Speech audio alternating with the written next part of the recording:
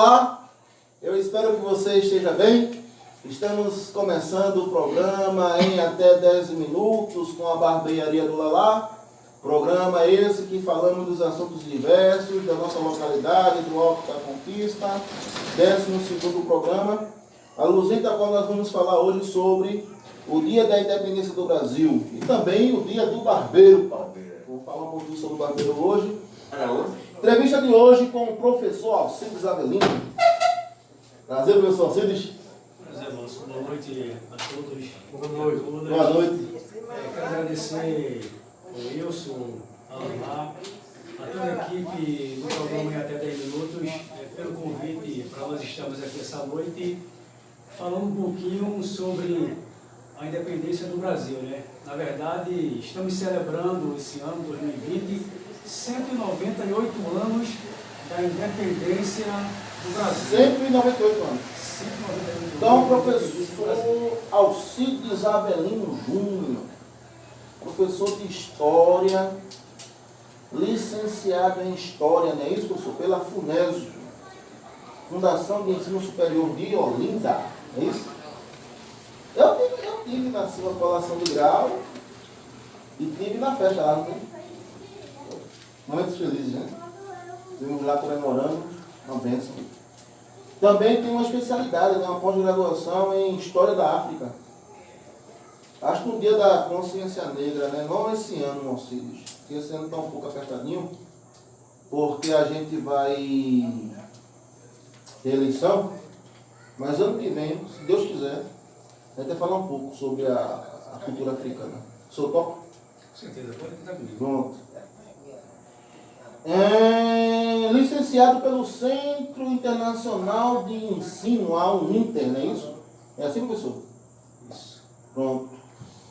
Já atuou na rede particular, em algumas escolas particulares, rede municipal do Recife também, né? E hoje exerce magistério na rede estadual de Pernambuco, em São Lourenço da Mata. Prestador de serviço do Estado. Estamos lá juntos. Lá estamos em quantos minutos? 25. 25, né? Pronto, professor, a gente vai falar desses 198 anos, no mínimo em 30 minutos aí, professor, da independência do Brasil. Professor, são 6 perguntas apenas, que é bom para os estudantes, né? Na verdade é um resumo do resumo resumido, mais um bate-bola, um ping-pong bem descontraído. O que foi a independência do Brasil? O que a gente pode dizer assim, desses 198 anos? Bom, primeiramente, quando falamos de independência do Brasil, nós temos que entender que a independência do Brasil foi um movimento político que separou o Brasil de Portugal, consolidando definitivamente a autonomia política do Brasil. Então o Brasil, ele ali se tornou autônomo de Portugal, no caso que era foi nossa colônia, definitivamente, separou os laços ali. Foi um divórcio, se eu considerar mesmo como um divórcio, um separado mesmo? Olha, acho que a sua segunda pergunta, na verdade, já entra nos fatores que levaram... Isso. Que levaram o Brasil... Quais os fatores, né, que levaram o Brasil a separar-se de Portugal? Esse divórcio aconteceu mesmo, na sua visão? A história do Brasil, na verdade, ela é bastante questionada, né? E as pessoas geralmente criaram vários mitos, várias teorias envolvendo a história do Brasil. Quando nós falamos que o Brasil ele se separou de Portugal, ele se tornou independente, ele se emancipou, é um fato verídico, é um fato que realmente ocorreu. Só que para nós entendermos esse processo de independência, primeiro temos que entender os fatores que levaram o Brasil a se tornar independente de Portugal. Quais foram as causas, os motivos, os porquês o Brasil ele se tornou independente. Nós temos aí mais de 300 anos de colonização portuguesa em território brasileiro. O Brasil ele foi colônia de Portugal por mais de 300 anos. Mais de 300 anos. E o que é que ocorre? Os principais fatores que fizeram com que o Brasil ele se tornasse independente de Portugal, primeiramente foram as transformações políticas, sociais e econômicas que ocorriam na Europa no final do século XVIII. Certo.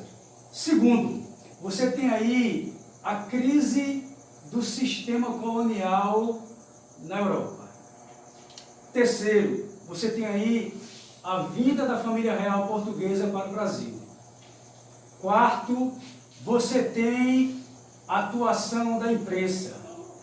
Quinto, você tem a ação da maçonaria, das igrejas e demais clubes e agremiações naquele período. Bom, Então, basicamente, são 6 fatores. Vamos resumir. Começando com o primeiro fator, que foi as transformações sociais, políticas e econômicas que estavam ocorrendo na Europa no final do século XVIII. O que é que ocorre? Essas transformações que estão ocorrendo ali são decorrentes, pelo menos, de 3 grandes acontecimentos. Você tem a Revolução Industrial, você tem o movimento iluminista e você tem a própria Revolução Francesa. Esses 3 grandes acontecimentos, eles vão transformar completamente o território europeu e vão repercutir na América, fazendo com que vários povos, várias colônias comecem a se emancipar. Se você pensa que a Revolução Industrial, ela, na verdade, fez com que a Inglaterra se tornasse a maior potência industrial da época, e um país como a Inglaterra, sendo uma potência industrial, ela tinha necessidade de matérias-primas e de mercados consumidores para seus produtos. Da Europa, e então a Inglaterra destacou ali. E o que é que vai acontecer? Ela vai precisar e vai encontrar uma fonte de recursos, matéria-prima e consumidores para seu produto na América. É óbvio que você vai ver que a Grã-Bretanha, a Inglaterra, ela vai apoiar e muitas vezes ela vai até financiar alguns movimentos pela independência, porque ela precisava dessa matéria-prima e ela também queria mercados consumidores. Tá certo? Se você pensa também no próprio movimento iluminista, o movimento iluminista ele vem trazendo aí uma ideia de esclarecimento, e esse esclarecimento faz com que as pessoas comecem a tomar consciência do seu estado. As muitas colônias que existiam na América, elas começam a pensar que estão sendo oprimidas, estão sendo exploradas, a sua riqueza está escoando para a Europa. Por quê? Muitos americanos, eles iam estudar na Europa, em várias universidades, eles tinham contato com as ideias iluministas, aquelas ideias iluministas, em várias partes da Europa. Certo. Alguns americanos, eles iam estudar Portugal, na Inglaterra, em outras partes da Europa, na França, e eles, na verdade, entravam em contato com essas ideias iluministas, ideias que realmente despertavam, traziam um esclarecimento para aquelas pessoas sobre a sua real condição de colônia. Certo? Isso aí vai influenciar muito nos movimentos de independência. Ao mesmo tempo, a Revolução Francesa, com as suas ideias de liberdade, igualdade, fraternidade, vai ser um dos movimentos que mais vão influenciar na independência da América. Bom, mas se você tem as transformações que vão ocorrendo ali no final do século XVIII, envolvendo esses três acontecimentos que nós mencionamos, que foi, primeiro, a Revolução Industrial, segundo, o movimento iluminista, e terceira, a Revolução Francesa, você vai ter também que o sistema colonial na América, ele começa a entrar em crise. Quando você tem ali a independência do Brasil, né? Independência do Brasil, que ela se dá em 7 de setembro de 1822, você tem que parar e analisar que essa independência, ela não foi um ato de um único dia, restrito ao 7 de setembro, não. Mas ela, na verdade, é resultante de um conjunto de fatores internos e externos que vão desencadear na emancipação política do Brasil. Em 1822, quando o Brasil vai se tornar independente de Portugal, ele vai se separar de Portugal, você já tem aí pelo menos uma dezena de países na América que já se tornaram independentes. Você tem 1776, os Estados Unidos da América, que eram as 13 colônias que pertenciam à Inglaterra, que conquista a sua independência. 13 colônias. E serve de exemplo, porque se uma colônia conseguiu fazer frente à metrópole, uma das maiores regiões da América, vamos começar a tomar aquilo como exemplo. Pô, se as 13 colônias conseguiram se libertar de uma potência como a Inglaterra, nós também poderíamos nos tornar independentes. Aí você tem 1804, o Haiti, antiga ilha de São Domingos, se torna independente. Você tem, em 1813, você tem o México se tornando independente. 1816, você tem a Argentina se tornando independente. Você tem ali, em 1821, o Peru se tornando independente. E a gente? E como falamos, em 1822, você já tem ali pelo menos uma dezena de países se tornando independentes na América, mostrando que o sistema colonial na América ele está em crise. Ele é insustentável. Ele não mais tinha significado. Não dava mais. Não tinha mais razão de existir.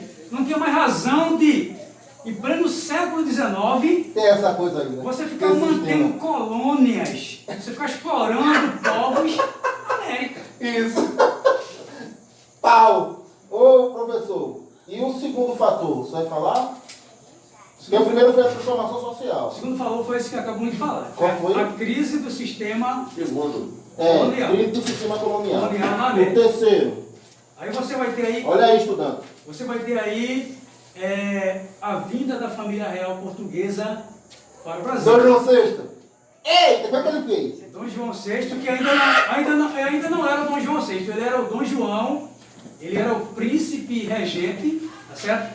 Que, na verdade, ele assumiu o trono em nome de sua mãe, Dona Maria I, que estava com problemas mentais, e na impossibilidade da rainha, ela assumiu o trono, ela governar, ele foi que governava Portugal. Aí você tem ali, pelo menos, no começo do século XIX, você tem que Napoleão Bonaparte, o imperador francês, ele tenta conquistar pelo menos a Europa. Ele conquista vários países da Europa. Conseguiu construir. Só que, vários países, só que ele não conseguindo conquistar a Inglaterra, o que é que ele vai fazer? Ele vai decretar o chamado bloqueio continental em 1806, tentando fazer ou impedir com que vários países da Europa ele não mantenham relações comerciais com a Inglaterra, certo? A Inglaterra era a grande potência industrial da época, ela precisava vender seus produtos e os países precisavam comprar. Certo. Mas Napoleão Bonaparte, a impor esse bloqueio, esse embargo aos produtos ingleses, era uma tentativa de enfraquecer economicamente a Inglaterra para tentar derrotá-la militarmente, porque a Inglaterra era a rainha dos mares. Ela tinha a mais poderosa marinha naval da época. Só que Portugal, ele mantinha relações comerciais com a Inglaterra já de longo tempo. E Dom João, ele não adere ao bloqueio continental. Sacana.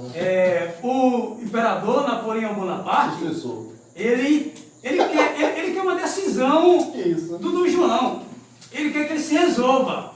Você está ao lado da França, ou você está ao lado da Inglaterra. Veja aí. Você fica comigo ou você está contra mim.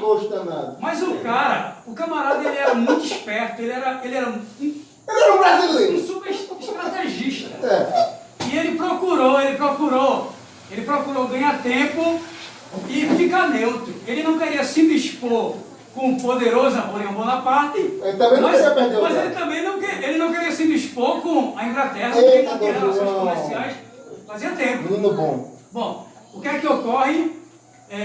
Napoleão Bonaparte, ele resolve invadir Portugal. Sim, tá certo?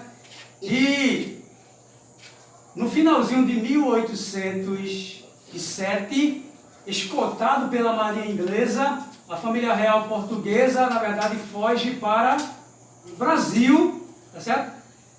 Deixando a população em Portugal em completo desespero. Saiu o dono da casa. Misericórdia. Aí o que é que vai acontecer? Sim, senhor. Bom, a família real portuguesa chega no Brasil no dia 22 de janeiro de 1808.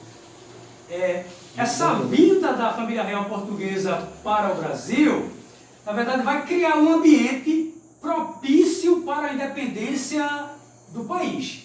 Porque as reformas, as mudanças que Dom João vai levar a cabo, vai efetuar no Brasil, vai criar uma certa autonomia aqui no país, que vai ser extremamente importante para que posteriormente o Brasil ele consiga a sua independência, a sua autonomia, tá certo? Bom, e quais foram essas mudanças que Dom João, o príncipe regente, ele efetua no Brasil, ele realiza aqui no Brasil? Ó, além de várias realizações na área artística, na área intelectual, na área cultural, na área da imprensa, Dom João, ele, 8 dias depois de chegar ao Brasil, ele vai baixar um decreto abrindo os portos às nações amigas, tá certo? 28 de janeiro de 1808, Dom João decreta a abertura dos portos às nações amigas, permitindo com que o Brasil passe a fazer comércio com as nações amigas, né, que na sua maioria é uma nação amiga. A nação amiga seria quem? A Inglaterra, sim, que deu todo o suporte à família real portuguesa, né, que escoltou a família real portuguesa para o Brasil. Sim. Ó, na prática, o que estava ocorrendo? Ao abrir os portos às nações amigas, Dom João, na verdade, ele estava extinguindo, ele estava pondo fim ao chamado Pacto Colonial. Quando os países europeus colonizaram a América, na sua maioria, esses povos que foram dominados na América e seus territórios foram transformados em colônia, essas colônias elas eram regidas por um mecanismo jurídico chamado de Pacto Colonial, tá certo? E pelo Pacto Colonial, a razão de ser, a razão de existir da colônia era servir para o enriquecimento da metrópole. E entre as obrigações que a colônia tinha para com a metrópole era, primeiro, ela deveria realizar comércio só com a metrópole. Certo? Ou seja, o Brasil só poderia fazer comércio com a metrópole, que era Portugal. Tá certo? As obrigações da colônia, geralmente era, a colônia tinha que enviar para a metrópole pedras preciosas e gêneros tropicais, sim, certo? E adquirir da metrópole manufaturados e escravos, certo? O que é que ocorre? Isso favorecia com que a metrópole lucrasse, enriquecesse muito com a exploração da colônia. como sempre, né? Tá certo? E o que é que vai ocorrer? Quando Dom João ele abre os portos às Nações Amigas, na verdade, na prática, ele estava pondo fim ao pacto colonial e permitindo que a sua colônia, o Brasil, fizesse comércio com outros países. Quem gostou extremamente dessas medidas foram os grandes comerciantes brasileiros, né? Vou dizer assim. Os grandes latifundiários, eles gostaram muito, porque eles poderiam realizar comércio sem intermediários, lucrando muito mais. Certo? Além dessas medidas, né? A abertura dos portos à Nações Amigas, você vai ter em 1810, você vai ter também que Dona Maria I, ela vai baixar um alvará revogando um decreto de 1795 que proibia o Brasil de ter indústrias e de produzir tecidos. Esse é o quarto fator? Não. Terceiro. Isso são algumas transformações que vão ocorrendo, ainda está no terceiro fator. Na colônia, com a vida da família real portuguesa para o Brasil. Tá certo? Bom, o que é que acontece? Aí você tem aí que em 1815 o Brasil ele vai ser elevado à categoria de Reino Unido de Portugal e Algarves. Ou seja, legalmente o Brasil deixa de ser uma colônia de Portugal e passa a ser a sede do governo Portugal. Certo? O Brasil ele deixa de ser colônia oficialmente em 1815. E Dom João ali ele passa a administrar todas as possessões, todos os territórios que pertenciam a Portugal aqui do Brasil. Meu Deus do céu. Tá certo? Em 1818, você vai ter que Dona Maria I, ela vai para o céu, né? Vai para algum lugar, né? E Dom João, ele vai ser coroado como rei. O João VI, que o senhor falou. Com o título de Dom João. Ele era, no caso, de Dom João VI, ele era o que o senhor falou? Regente? Ele era Dom João, príncipe regente. Príncipe regente. Aí depois da morte de Dona Maria, ele vai ser coroado como rei. Aí ele já é imperador. Ele passa a ser príncipe, ele passa a ser, na verdade, rei, com o título de Dom João VI. Certo? Bom, o que é que ocorre? Em 1815, você tem ali também a queda de Napoleão Bonaparte. Napoleão ele é vencido, a situação ali na Europa volta à normalidade. Os portugueses eles gostariam que Dom João voltasse para Portugal, mas ele prefere permanecer mais algum tempo aqui no Brasil, administrando as suas possessões aqui no Brasil, que agora era o Reino Unido. Isso. Tá certo? Só que em 1820 você vai ter lá em Portugal um movimento liberal chamado de Revolução do Porto. Esse movimento vai derrubar a junta governativa que governava Portugal como representante de Dom João VI e vai, na verdade, elaborar uma constituição para o país. Pois não. Em 1820, com essa Revolução do Porto, você vai ter as cortes portuguesas exigindo que Dom João VI volte para Portugal. Certo? No caso, os sócios dele lá, né? A gente colocando uma palavra bem... Você tem ali, na verdade, a burguesia lusitana. A burguesia! A burguesia lusitana. A palavra é essa. Os grandes comerciantes que na verdade esses grandes comerciantes eles estavam sendo extremamente prejudicados porque com os decretos de abertura dos portos das Nações Amigas, o seu lucro tinha diminuído. Com a elevação do Brasil a Reino Unido, Portugal e Algarve, né?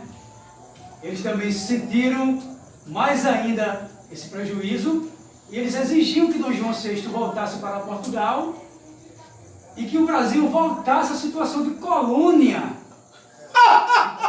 Eita! O que é ser humano? Vai lá! Quando chegar em 50, aí você me diz. Entendeu? Vamos lá, professor. Bom, Papo tá bom. o que é que ocorre? Quer água? Dom João VI, em 1820, ele volta para Portugal.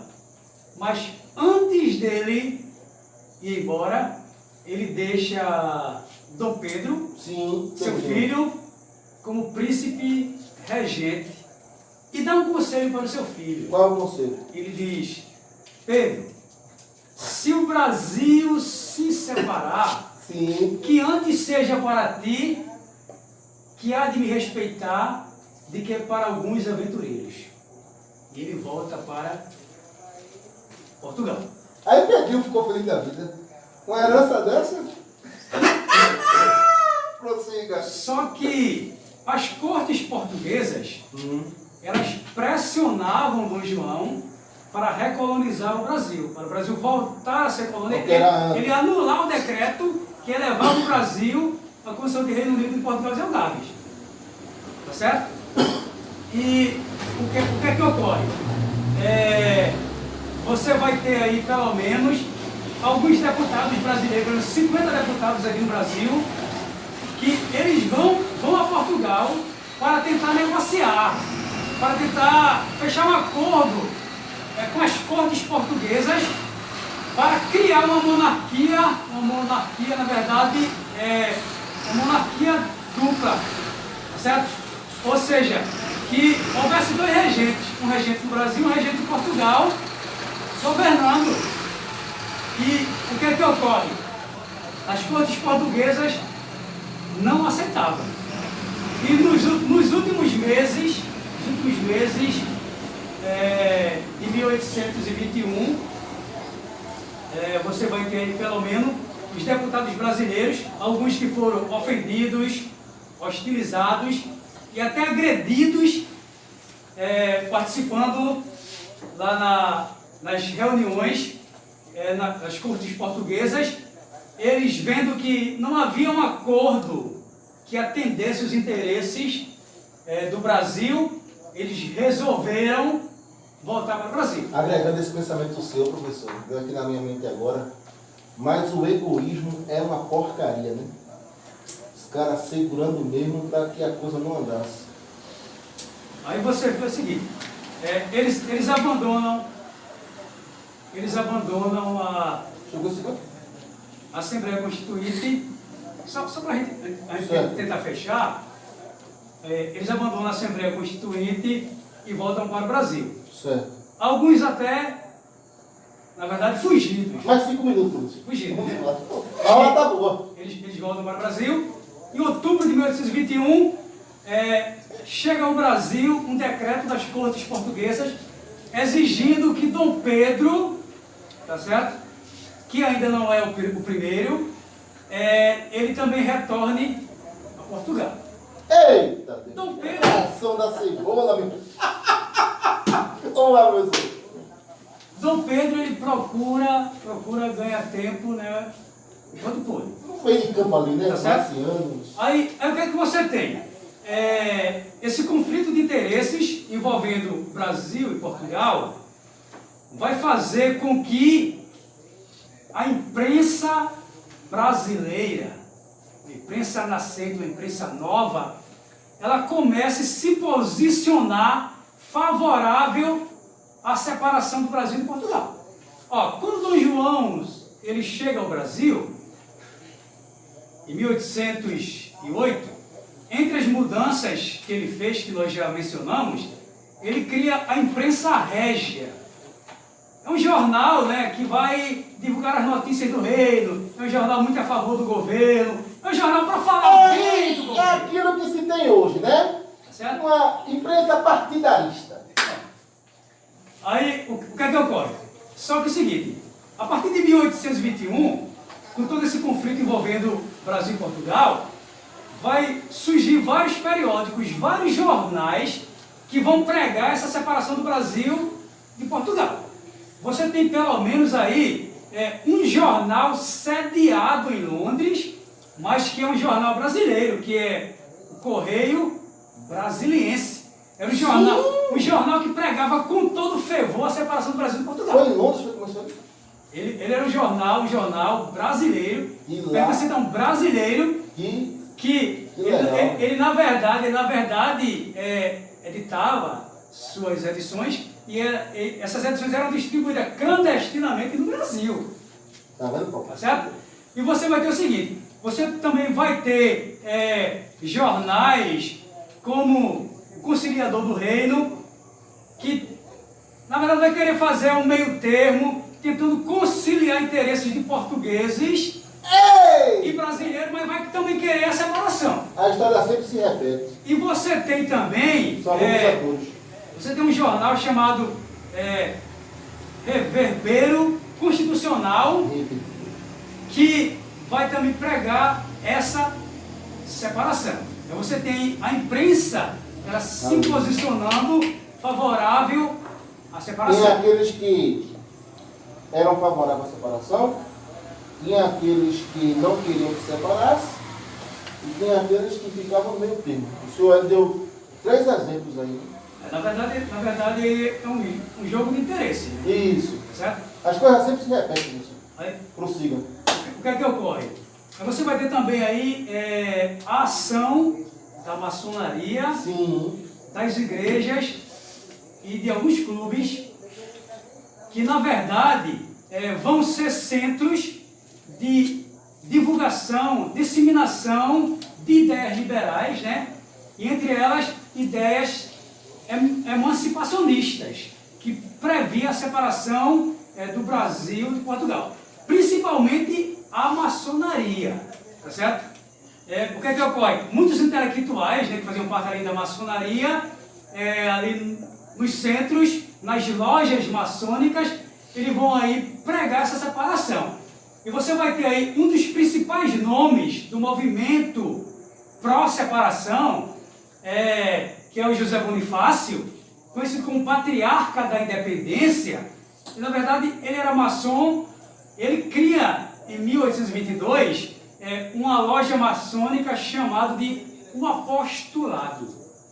Tá certo? Ele é o principal chefe dessa loja maçônica.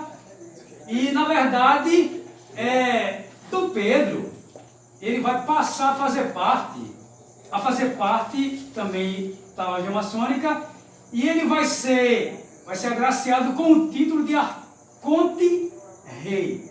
A maçonaria vai agraciar com esse título de Arconte. Eita Deus! Tá certo? Bom, só pra gente tentar... Professor, antes de tudo, não se preocupe. Nós terminamos essa aula no terceiro fator do 2º questionamento. Essa aula que o senhor está dando, se Deus quiser, vai ser continuada no ano que vem. Então você que está vendo aí, vai ver no ano que vem. Entendeu? Então não se preocupe com isso, mas prossiga. Pronto. Fazendo as considerações finais... Sim, senhor. Muito bom. Quando nós geralmente falamos na independência do Brasil, o pensamento mais comum que povoa a mente, a cabeça de boa parte dos brasileiros na verdade, a imagem do quadro do paraibano Pedro Américo, Independência ou Morte. Isso mesmo. Na verdade, é um quadro cuja trama coloca Dom Pedro como personagem principal nesse movimento. Só que ocorre o seguinte: com Dom Pedro, ou sem Dom Pedro, a independência do Brasil, na verdade, era questão de tempo. Você já tinha aqui no país vários movimentos, várias revoltas ocorrendo, que demonstravam uma grande insatisfação de uma boa parte do povo. Tem alguns setores, algumas camadas sociais que demonstravam insatisfação para com o governo português e que queria essa separação de Portugal. Você tem, pelo menos aqui no Brasil, 3 grandes movimentos que tentaram separar o Brasil de Portugal e criar uma república separada de Portugal. Você tem aí um dos eventos famosíssimos, uma das revoltas famosíssimas, em 1789, ano da Revolução Francesa. Você tem aí a Inconfidência Mineira. Isso. Tá certo? Você tem também 10 anos depois, 1798, praticamente 10 anos depois, você tem a Conjuração Baiana.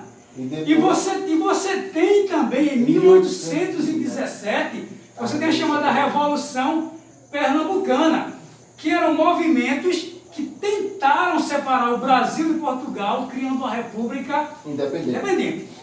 Se Dom Pedro ele não tivesse sido convencido, sido trazido para essa trama, para participar do movimento de independência, com ele ou sem ele, o Brasil se tornaria independente. E talvez, professor, hoje Pernambuco seria um país, né? Aquilo que eu falei anteriormente. Mas a verdade liberta. O bom é sempre expor a verdade. Então, saia do mundo de ilusão e busque informação. Somente você, jovem. Esse programa aqui, não estou preocupado com gente adulta. Acho que eu estou preocupado com gente adulta. Eu gosto desse programa. Porque esses aqui gostam, esse aqui, aquele ali, aquela ali. Porque daqui a 10 anos, 9 anos, esses aqui vão ser leitores. A verdade liberta. Professor, te agradeço. Não deu para terminar a aula hoje, mas ainda continua, professor. Eu que agradeço o convite. Sim, senhor. Feito para participar desse programa. E lembrando que a independência ela ocorreu, mas pouca coisa mudou com a independência, certo? Porque você teve aí a elite brasileira, os grandes comerciantes, os grandes proprietários, que foram os grupos mais favorecidos. Não mudou nada até hoje. E o povo? Sempre. O escravo continuou sendo escravo. O pobre continuou sendo pobre. Sim. Tá O certo? problema não é ser pobre. O problema não é ser pobre. O problema... O que é um pobre? O pobre, de uma forma geral, é uma pessoa que ganha menos de 6 salários mínimos. Se você ganha de menos de 6 salários mínimos, no mundo, na moeda daquele mundo ali, você é considerado pobre. Entendeu, primo? O que eu quero dizer? Agora, quando você ganha a partir de 6 salários mínimos, você é considerado classe média. E a partir de 20 salários mínimos, você é considerado classe média alta. Tirei até a máscara. E quando você não depende mais de dinheiro, você é rico. Aí o pobre, querem fazer desse pobre de miserável. Não é corrupto. Prossiga, professor. Bom, agradeço o convite para participar. E quem sabe em outro momento... Vamos voltar. Nós estaremos aqui de novo. Vamos voltar. Pessoas do bairro. Tamo junto. Estou à disposição do programa. Vai fazer o programa no YouTube. Você vai fazer o programa, o seu programa, e a gente vai divulgar. Porque é muito bom, gente, uma aula dessa. Para trabalho, para você... Muitas coisas, muita informação que esse senhor me trouxe, e foi muito legal, gostei muito dessa aula, professor.